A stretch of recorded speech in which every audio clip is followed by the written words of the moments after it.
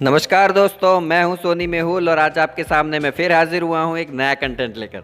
आज हम बात करेंगे महान सम्राट अशोक के बारे में। आज मैं इस वीडियो में आपको उनकी पूरी हिस्ट्री के बारे में बताऊंगा, तो बने रहिए मेरे साथ एंड तक इस वीडियो में। और अगर आपने मेरे चैनल को अब तक सब्सक्राइब नहीं किया है तो सब्सक्राइब करें, लाइक करें और बहुत ही ज़्यादा शेयर करें। तो आइए जानते हैं सम्राट अशोक का महान इतिहास। सम्राट अशोक भारतीय इतिहास के एक ऐसे महान शासक थे जिसकी तुलना विश्व में किसी से नहीं की जा सकती। वो भारत में मौर्य साम्राज्य के तीसरे शासक थे जिन्होंने 269 ईसा पूर्व से 232 ईसा पूर्व तक भारत के लगभग सभी महाद्वीपों पर शासन किया था। सम्राट अशोक को उनके अद्भुत साहस, पराक्रम, निडरता और निर्भीकता की वजह से अशोक महान के नाम से पुकारा जाता था। इसके अलावा उन्हें प्रियदर्शी और देवानाम प्रिय आदि नामों से भी संबोधित किया जाता था। सम्राट अशोक एक ऐसे शासक थे जिन्होंने अपने शासनकाल में अपनी कुशल कूटनीति का इस्तेमाल कर मौर्य साम्राज्य का विस्तार किया था। सम्राट अशोक ने उत्तर में हिंदू कुश की श्रेणियों से लेकर दक्षिण में गोदावरी नदी तक और दक्षिण और कर्नाटक में मैसूर तक और पूरब में बंगाल से पश्चिम में अफगानिस्तान तक अपने मौर्य साम्राज्य का विस्तार किया था।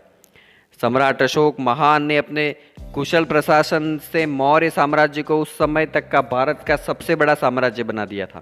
इसलिए सम्राट अशोक को उनकी कुशल प्रशासन नीति और कूटनीति की वजह के लिए भी जाना जाता था। सम्राट अशोक बौद्ध धर्म से अत्यधिक प्रभावित थे।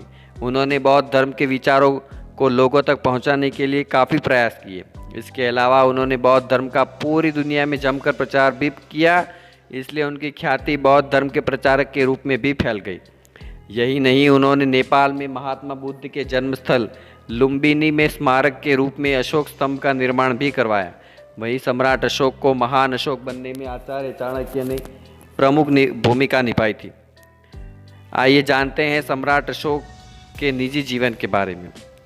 इतिहास के सबसे शक्तिशाली और ताकतवर योद्धाओं में से एक सम्राट अशोक करीब 304 ईसा पूर्व में मौर्य साम्राज्य के संस्थापक चंद्रगुप्त मौर्य के पोते के रूप में बिहार के पाटलिपुत्र में जन्मे थे। हालांकि इनके जन्म की तारीख के बारे में कोई पुख्ता प्रमाण नहीं है। सम्राट अशोक मौर्य साम्राज्य के दूसरे शासक बिंदुसार और माता सुभद्रांगी के पुत्र थे। अशोक के पिता की लंका की परंपरा के मुताबिक करीब 16 पटरानियां और 101 पुत्र थे। वहीं उनके 100 पुत्रों में से केवल अशोक, तिष्य और सुशिम का ही उल्लेख इतिहास के पन्नों में मिलता है। सम्राट अशोक का पूरा नाम देवानाम प्रिय अशोक मौर्य यानी राजा प्रियदर्शी, देवताओं का प्रिय था। वे मौर्य साम्राज्य के तीसरा निडर और निर्भीक राजा माने जाते थे। वहीं ऐसा माना जाता है कि सम्राट अशोक को एक कुशल और महान सम्राट बनाने में आचार्य चाणक्य का बहुत बड़ा योगदान है। आचार्य चाणक्य ने उनके अंदर एक महान शासक के सारे गुण विकसित कर दिए थे। राजवंश परिवार में पैदा हुए सम्राट अशोक बचपन से ही बेहद प्रतिभावान और तीव्र बुद्धि के बालक थे। शुरू से ही उनके अंदर युद्ध और सैन्य कौशल के गुण दिखाई देने लगे थे। उनके इस गुण को निखारने के लिए उन्हें शादी प्रशिक्षण भी दिया गया था। इसके साथ ही सम्राट अशोक तीरंदाजी में भी शुरू से ही वे कुशल थे, इसलिए वे एक उच्च श्रेणी के शिकारी भी कहलाते हैं।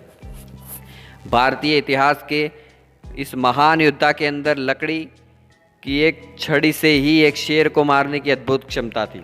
सम्राट अशोक एक जिंदादिल शिकारी और साहसी योद्धा भी थे। उनके इसी गुणों के कारण उन्हें उस समय मौर्य साम्राज्य में अवंती में हो रहे दंगों को रोकने के लिए भेजा गया था। सम्राट अशोक की विलक्षण प्रतिभा की वजह से ही वे बेहद कम उम्र में अपने पिता के राजकाल को संभालने लगे। वे अपनी प्रजा का भी बेहद ख्याल रखते थे, इसी वजह से वे अपने प्रजा के चहेते शासक भी थे। वही सम्राट अशोक की विलक्षण प्रतिभा और अच्छे सैन्य गुणों की वजह से उनके पिता बिंदुसार भी उनसे बेहद प्रभावित थे। इसलिए उन्होंने सम्राट अशोक को बेहद कम उम्र में ही मौर्य साम्राज्य की राजगद्दी सौंप दी। जब अशोक के बड़े भाई सुशीम अवंती की राजधानी उज्जैन में प्रांतपाल थे, उसी दौरान अवंती में हो रहे विद्रोह में भारतीय और यूनानी मूल के लोगों के बीच दंगा भड़क उठा, जिसको देखते हुए राजा बिंदुसार ने अपने पुत्र अशोक को इस विद्रोह को दबाने के लिए भेजा। जिसके बाद अशोक ने अपनी कुशल रणनीति अपनाते हुए इस विद्रोह को शांत किया था, जिससे प्रभावित होकर राजा बिंदुसार ने सम्राट अशोक को मौर्य वंश का शासक नियुक्त कर दिया और अवंती में हो रहे विद्रोह को दबाने में अपनी महत्वपूर्ण भूमिका निभाने वाले के बाद सम्राट अशोक को अवंती प्रांत के वायसराय के रूप में भी नियुक्त किया गया और इसी दौरान उनकी छवि एक कुशल राजनीतिक योद्धा के रूप में भी बन गई। इसके बाद करीब 272 ईसा पूर्व में सम्राट अशोक के पिता बिंदुसार की मौत हो गई। वही इसके बाद सम्राट अशोक के राजा बनाए जाने को लेकर सम्राट अशोक और उनके सौतेले भाइयों में बीच घमासान युद्ध हुआ। इसी दौरान सम्राट अशोक की शादी विदिशा की बेहद सुंदर राजकुमारी शाक्या कुमारी से हुई। शादी के बाद दोनों को महेंद्र और संघमित्रा नाम की संतानें भी प्राप्त हुई और कुछ इतिहासकारों के मुताबिक 268 ईसा पूर्व के दौरान मौर्य वंश के सम्राट अशोक ने अपने मौर्य साम्राज्य का विस्तार करने के लिए करीब 8 सालों तक युद्ध लड़ा। इस दौरान उन्होंने न सिर्फ भारत के सभी उपमहाद्वीपों तक मौर्य साम्राज्य का विस्तार किया, बल्कि भारत और ईरान की सीमा के साथ साथ अफगानिस्तान के हिंदू कश में भी मौर्य साम्राज्य का उन्होंने सिक्का चलवाया। इसके अलावा महान अशोक ने दक्षिण के मैसूर, कर्नाटक और कृष्ण गोदावरी की घाटी में भी कब्जा किया। उनके साम्राज्य की राजधानी पाटलिपुत्र, मगध जो आज का बिहार है, और साथ ही उपराजधानी तक्षशिला और उज्जैन में भी थी। इस तरह सम्राट अशोक का शासन धीरे धीरे बढ़ता चला गया और उनका साम्राज्य उस समय तक का सबसे बड़ा भारतीय साम्राज्य बना। हालांकि सम्राट अशोक मौर्य साम्राज्य का विस्तार तमिलनाडु, श्रीलंका और केरल में करने में नाकामयाब हुए थे। अब आइए जानते हैं सम्राट अशोक और कलिंगा के बीच का घमासान युद्ध। तकरीबन 261 ईसा पूर्व में भारतीय इतिहास के सबसे शक्तिशाली और ताकतवर योद्धा सम्राट अशोक ने अपने मौर्य साम्राज्य का विस्तार करने के लिए कलिंग, जो वर्तमान में उड़ीसा राज्य पर आक्रमण किया और इसके खिलाफ एक विध्वंसकारी युद्ध की घोषणा भी की थी। इस भीषण युद्ध में करीब 1 लाख लोगों की बेरहमी से हत्या कर दी गई और मरने वालों में सबसे ज़्यादा संख्या सैनिकों की थी।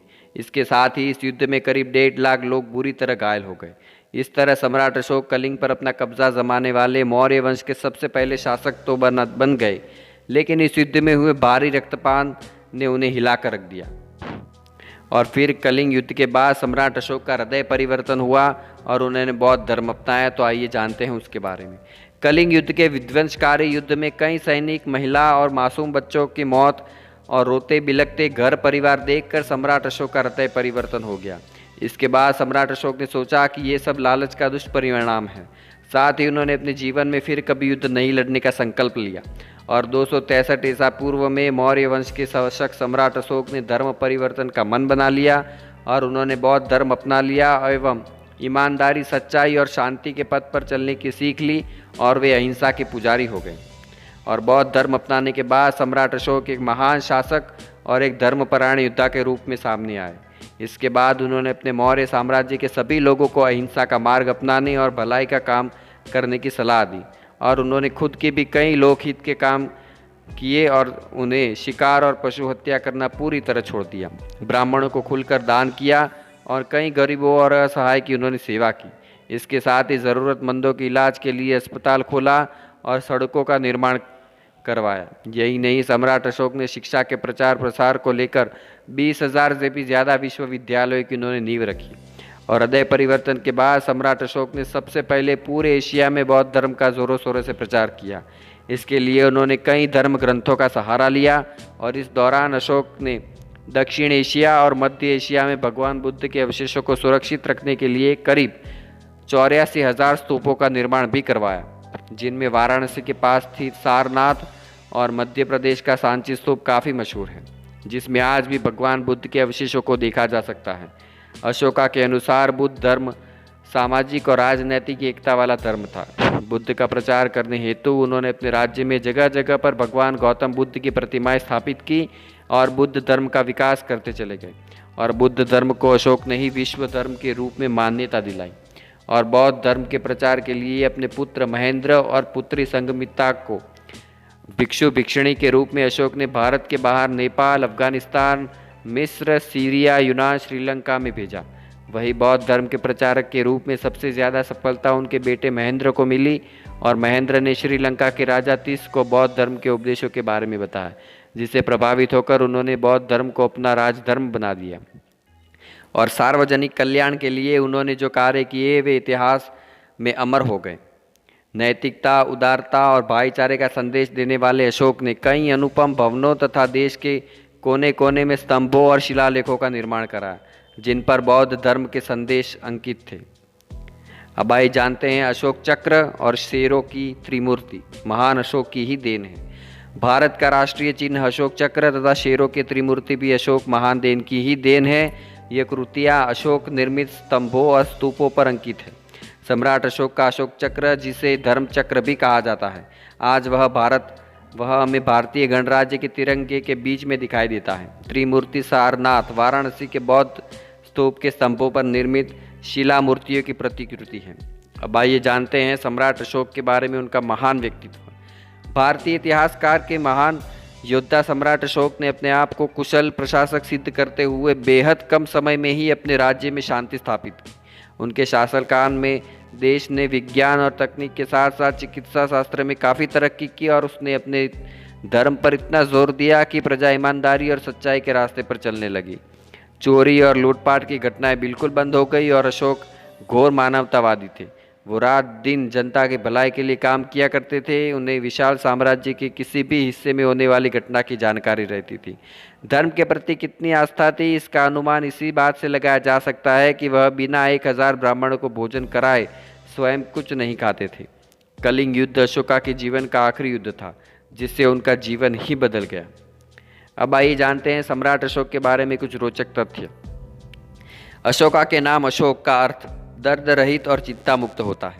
अपने आदेश पत्र में उन्हें प्रियदर्शी और देवानाम प्रिय भी कहा जाता है। ऐसा माना जाता है कि सम्राट अशोक का नाम अशोक के पेड़ से ही लिया गया है। आउटलाइन ऑफ हिस्ट्री इस किताब में अशोका के बारे में लिखा गया है कि इतिहास में अशोका को हजारों नाम से जाने जाते हैं, जहाँ जगह जगह पर उनकी वीरता और किस्से उल्लेखित हैं। उनकी गाथा पूरे इतिहास में प्रचलित है। वे एक सर्वप्रिय, न्यायप्रिय, दयालु और शक्तिशाली सम्राट थे।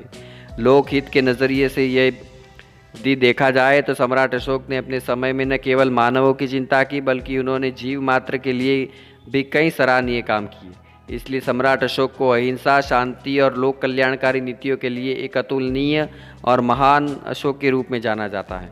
सम्राट अशोक को एक निडर और साहसी राजा और योद्धा माना जाता था।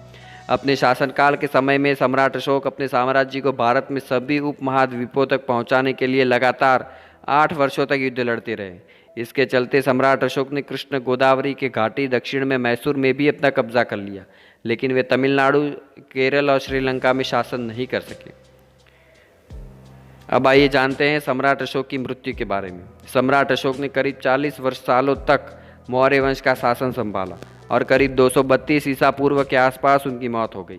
ऐसा माना जाता है कि सम्राट अशोक की मृत्यु के बाद मौर्य वंश का साम्राज्य करीब 50 सालों तक रहा और विश्व इतिहास में महान सम्राट अशोक एक अतुलनीय चरित्र हैं। उनके जैसा ऐतिहासिक पात्र दुर्लभ ही है।